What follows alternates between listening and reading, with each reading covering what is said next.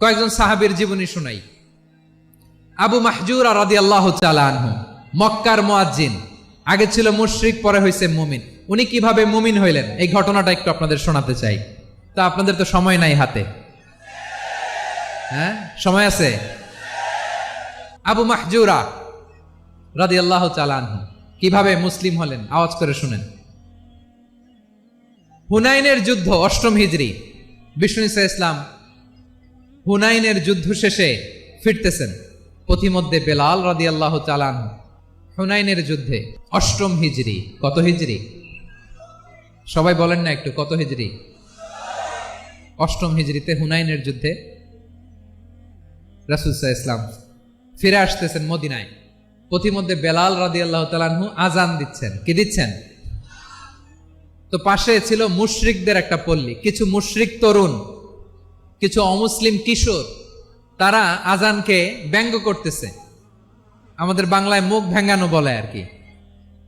বেলাল রাদিয়াল্লাহু তাআলা আনহু আজান দিচ্ছেন, ওই বাচ্চাগুলো মুশরিক, তো ওরা আজানকে ব্যঙ্গ করতেছে, বিকৃতি করে ওরাও আজান দিচ্ছে। উদ্দেশ্য হচ্ছে আজানকে নিয়ে ঠাট্টা করা। উদ্দেশ্য কি?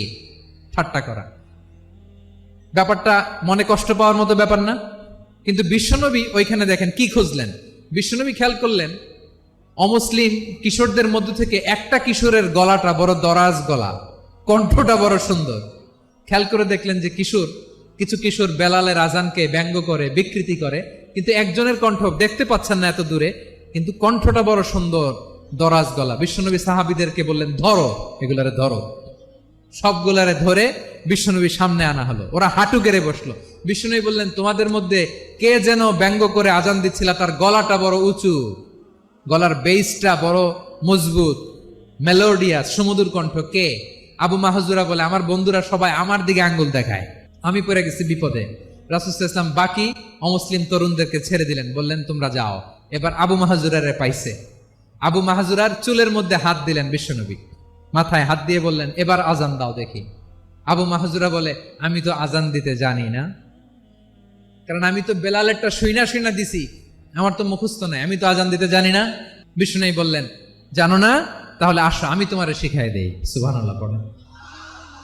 আবু মাহজুরা হাঁটু গেড়ে বসে, বিশ্বনবীর মোবারক হাত আবু মাহজুরার চুলের মধ্যে।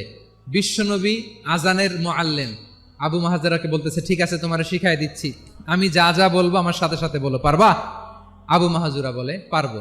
বিশ্বনবী আজান দিচ্ছেন মাথায় হাত দিয়ে, আল্লাহু আকবার,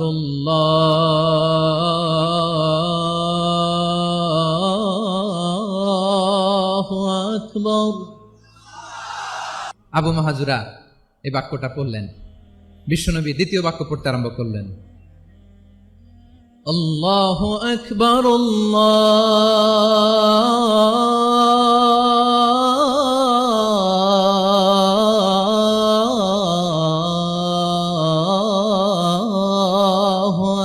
আকবার।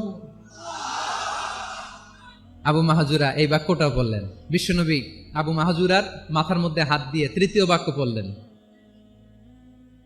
আশহাদু আল্লা ইলাহা ইল্লাল্লাহ,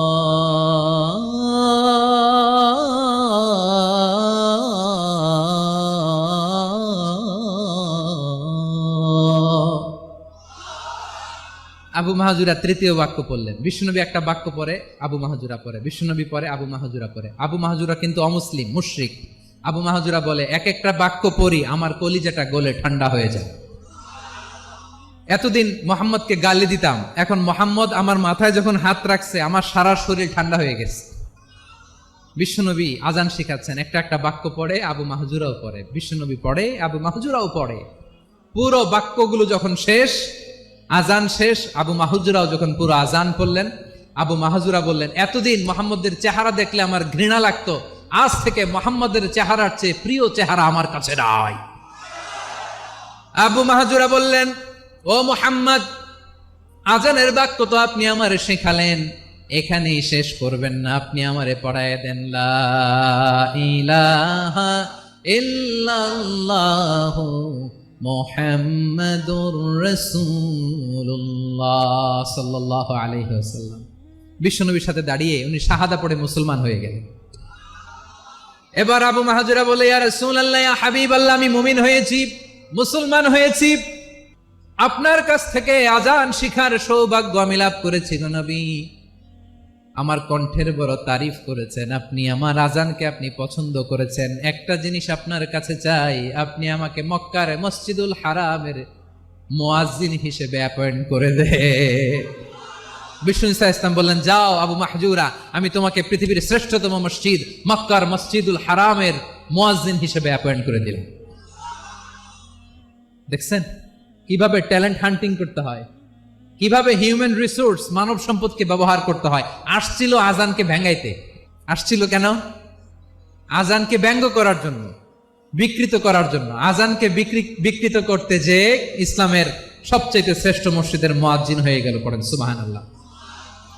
হযরত আবু মাহজুরা রাদিয়াল্লাহু তাআলা আনহু ওনার এই সুললিত কণ্ঠ ব্যবহার করে মসজিদুল হারামে এত সুন্দর করে আল্লাহু আকবার বলে আজান দিতেন, মানুষগুলোর, মুসল্লিগুলোর, মক্কাবাসীর হৃদয়কে তিনি বিগলিত করে দিতেন। মানুষের হৃদয়কে ঠান্ডা হয়ে যেত। শুধু এখানেই শেষ না ভাইয়েরা, বিশ্বনবী যখন সাইয়েদনা আবু মাহজুরা রাদিয়াল্লাহু তাআলা আনহুকে আজান শিখাচ্ছিলেন, বলেন তো বিশ্বনবীর হাতটা কোথায় ছিল? আবু মাহজুরার মাথার সামনে, এই চুলের উপরে ছিল। আবু মাহজুরা ওই স্মৃতিটাকে ধারণ করবার জন্য, ওই স্মৃতিকে বহন করার জন্য বিশ্বনবীর মোবারক হাত আবু মাহজুরার কপালের চুলের যেই জায়গায় লেগেছে, মৃত্যুর আগের দিন পর্যন্ত আবু মাহজুরা মাথার ওই চুলে কোনোদিন ছুরি আর কামার লাগায় নাই,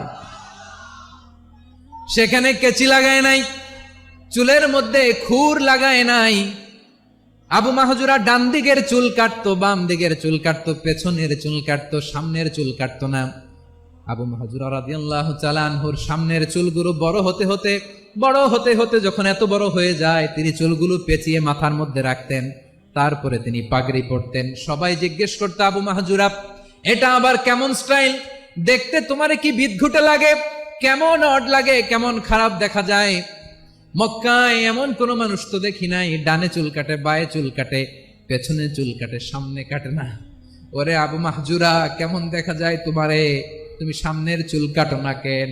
আবু মাহজুরা বলে, আমি হাঁটু গেড়ে পেয়ারা নবীর সামনে বসেছিলাম, আমার এই মাথার চুলের মধ্যে মুবারক হাত লাগিয়ে বিশ্বনবী নিজে আমাকে আজানের প্রতিটা বাক্য শিক্ষা দিয়েছেন।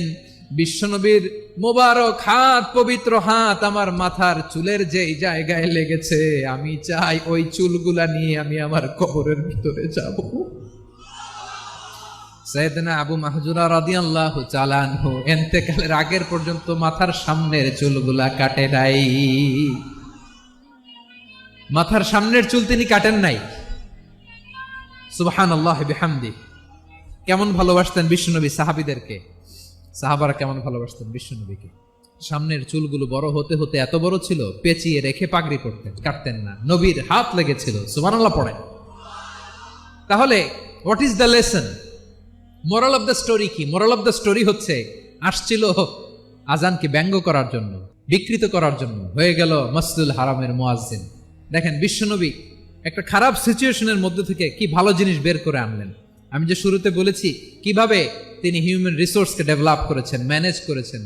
তিনি যে চৌকস ট্যালেন্ট হান্টার ছিল, দেখেন সবার মধ্যে থেকে এর বাছাই করে মুয়াজ্জিন বানাই দিয়েছেন। সুবহানাল্লাহ পড়েন। তার মানে এই না সবাইরে ধরে ধরে উনি মুয়াজ্জিন বানাইছেন। যার যেই ট্যালেন্ট আছে তাকে ওই কাজে অ্যাসাইন করেছেন।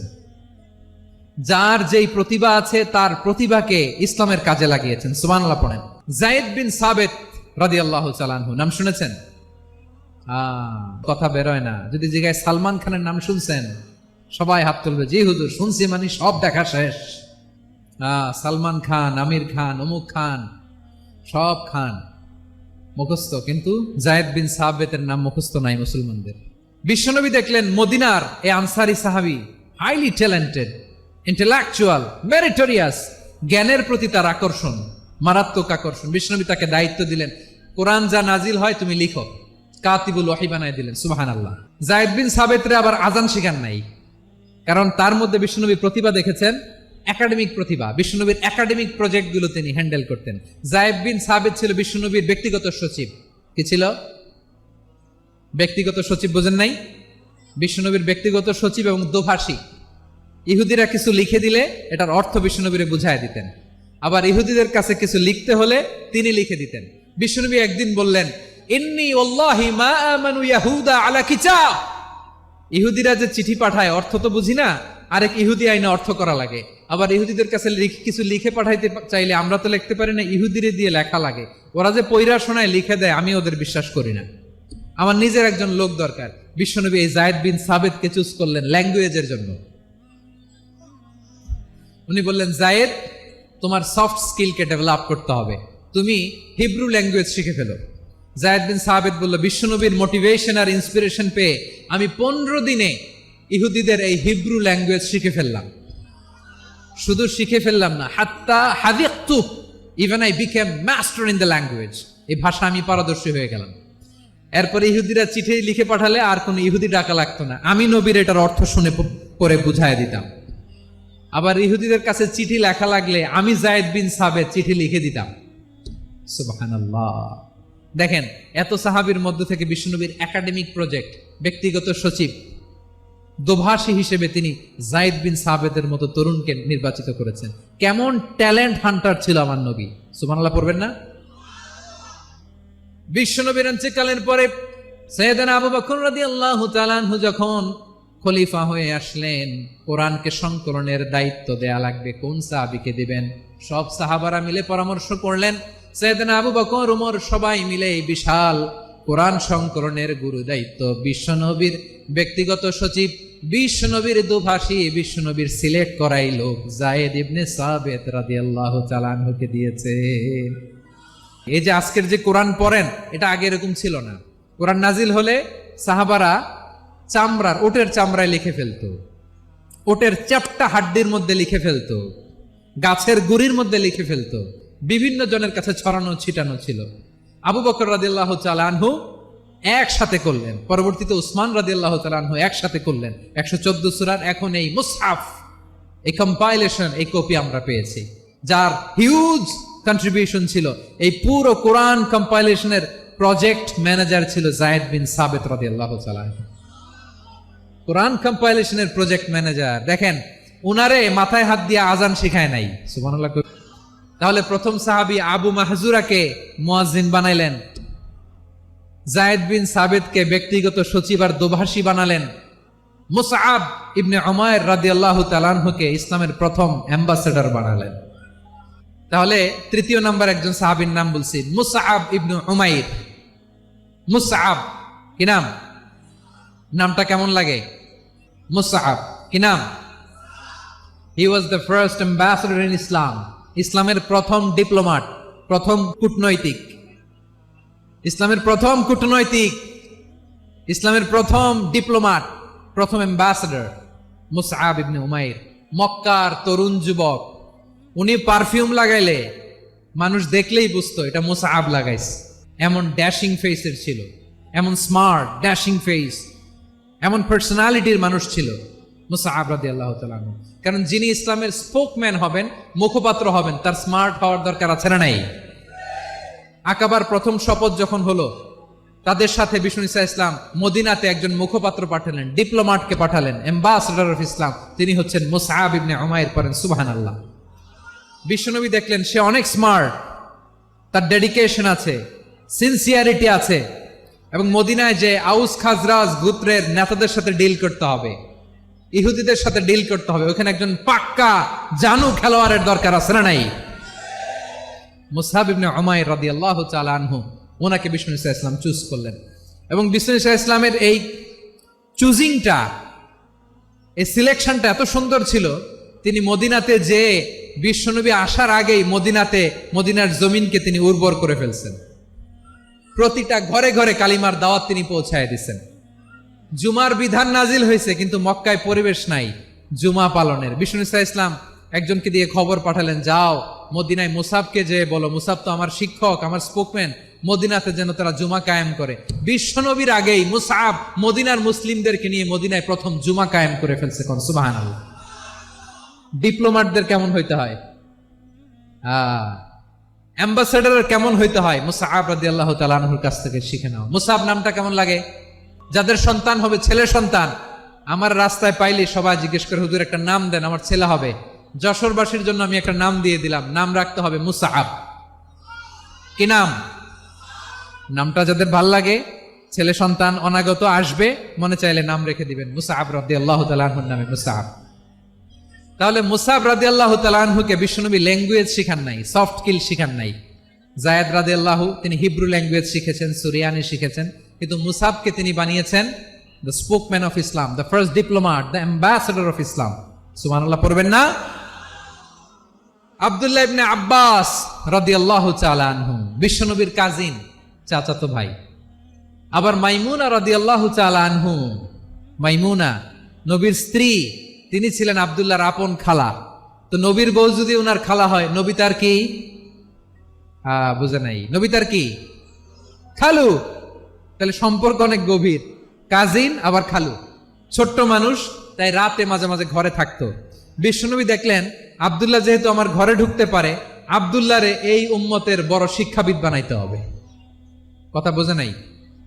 আব্দুল্লাহকে কি বানাইতে হবে? শিক্ষাবিদ, এডুকেটর অফ দিস উম্মাহ, এই উম্মার শিক্ষাবিদ বানাইতে হবে।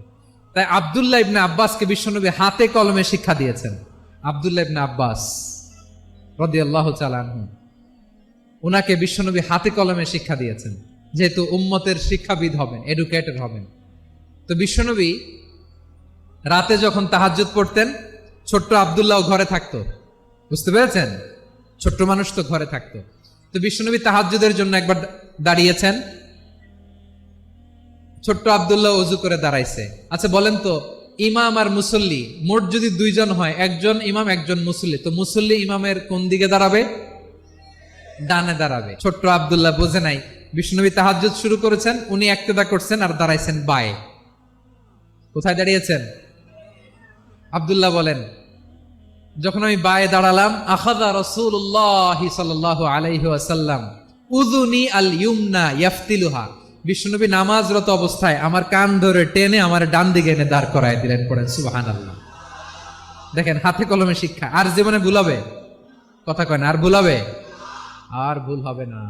এভাবে বিশ্বনবীর অনেক সঙ্গ পেয়েছেন, সফর করেছেন, একই বাহনে বসেছেন, এক বাহনে বসে লম্বা নসিহত করেছেন, বলেছেন, ইয়া গোলাম ইহফাদিল্লাহ ইয়াহফাজকা, ইহফাদিল্লাহ তাজিদহু তুজাহাক, ইযা সাআলতা ফাসআলিল্লাহ ওয়া ইযা ইসতাআনতা ফাসতাইন বিল্লাহ। আল্লাহর বিধান মানো, আল্লাহর বিধান রক্ষা করো, আল্লাহ তোমায় রক্ষা করবে। আব্দুল্লাহ, চাইতে হলে আল্লাহর কাছে চাও, সাহায্য চাইতে হলে আল্লাহর কাছে সাহায্য চাও। মনে রাখো, গোটা বিশ্বের সবাই যদি তোমার সাহায্য করতে চায়, ততটুকুই করতে পারবে যতটুকু আল্লাহ তোমার নসিবে রেখেছে। গোটা বিশ্ব যদি তোমার বিরুদ্ধে ষড়যন্ত্রে দাঁড়িয়ে যায়, ক্ষতি ততটুকু করতে পারবে যতটুকু তোমার জন্য বরাদ্দ আছে, এর বাইরে কিছু করতে পারবে না। আওয়াজ করে বলেন ঠিক কিনা? এভাবে হাতে কলমে শিখিয়েছেন, বিশ্বনবীর সঙ্গ পেয়েছেন। উনাকে বিষ্ণু ইসা ইসলাম শিক্ষাবিদ, এডুকেটর অফ দিস উম্মাহ হিসেবে সিলেক্ট করেছেন, হাতে কলমে শিখিয়েছেন। বিশ্বনবী একবার প্রকৃতির ডাকে সাড়া দিয়ে এসেছেন। এখন কি করতে হবে? নামাজের জন্য অজু করতে হবে। বিশ্বনবী এসেই দেখেন অজুর বদনায় পানি ভরা, খুশি হয়ে গেলেন, বললেন, কে রেখেছে পানি?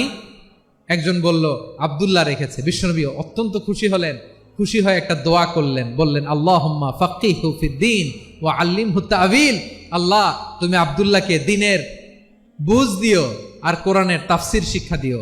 বিশ্বনবীর এই দোয়া এমন লাগছে, উনি রাইসুল মুফাসসিরিন, এই পৃথিবীতে যত মুফাসসির ছিল, যত মুফাসসির আসবে, সকল মুফাসসিরের সম্রাট হিসেবে স্বীকৃত হয়েছেন আব্দুল্লাহ ইবনে আব্বাস। বিশ্বনবী ওনারা আজান শিখান নাই, বিশ্বনবী ওনারা ল্যাঙ্গুয়েজ শিখান নাই, বিশ্বনবী ওনারা অ্যাম্বাসেডর বানান নাই, হাতে কলমে শিক্ষা দিয়েছেন। ছোট্ট মানুষ, বিশ্বনবী ইন্তেকাল করলেন, আবু বকরের সময় গেল, ওমরে ফারুকের খেলাফত, তখনও তিনি তরুণ। ওমরে ফারুক রাদিয়াল্লাহু তাআলা আনহু ওনার ক্যাবিনেট মিনিস্ট্রির বৈঠকে এই আব্দুল্লাহ ইবনে আব্বাসকে পাশ দিয়ে বসায় রাখতেন। বয়স্ক সাহাবারা এটা পছন্দ করতো না, তারা বলতো, ঘটনা কি? আব্দুল্লাহর মতো ছেলে নাতি আমাদের আছে, এরা কেন রাখে ওমরে ফারুক? ওমরে ফারুক এটা টের পেলেন, তিনি বুঝতে পারলেন যে ক্যাবিনেট মেম্বাররা এটা পছন্দ করে না, ছোট্ট আব্দুল্লাহরা কেন রাখি, কেন যে রাখি এটা একদিন বুঝাবো। একদিন মিটিং এ তিনি সবাইকে বললেন, ইদা জাআ নাসরুল্লাহি ওয়াল ফাতহ। এই আয়াত দ্বারা উদ্দেশ্য কি বলেন তো মুরব্বী সাহাবীরা? এক সাহাবী বলেন, এই সূরা দ্বারা উদ্দেশ্য, আল্লাহ বলেছেন আমাদেরকে বিভিন্ন ল্যান্ড, বিভিন্ন এলাকা বিজয় করতে হবে। ওমরে ফারুক বললেন, না, হয়নি। আরেকজন বললেন, বিজয় হওয়ার পর আমাদের বেশি বেশি আল্লাহর বরত্বের ঘোষণা দিতে হবে, এটা উদ্দেশ্য। ওমরে ফারুক বললেন, না, হয় নাই। যারে জিজ্ঞেস করেন কেউ পারে না। সব শেষে বিশ্বনবী ছোট্ট আব্দুল্লাহরে বলেন, আব্দুল্লাহ, ইদা জাআ নাসরুল্লাহি ওয়াল ফাতহ এর দ্বারা উদ্দেশ্য কি বলতো? ছোট্ট আব্দুল্লাহ বলেন, হুয়া আজালু রাসূলিল্লাহ। এই আয়াত দ্বারা বিশ্বনবীর বিদায়কে উদ্দেশ্য নেওয়া হয়েছে। ওমরে ফারুক বললেন, হাযা হুয়া, এটাই তো সঠিক উত্তর, এটাই সঠিক তাফসীর এই আয়াতের।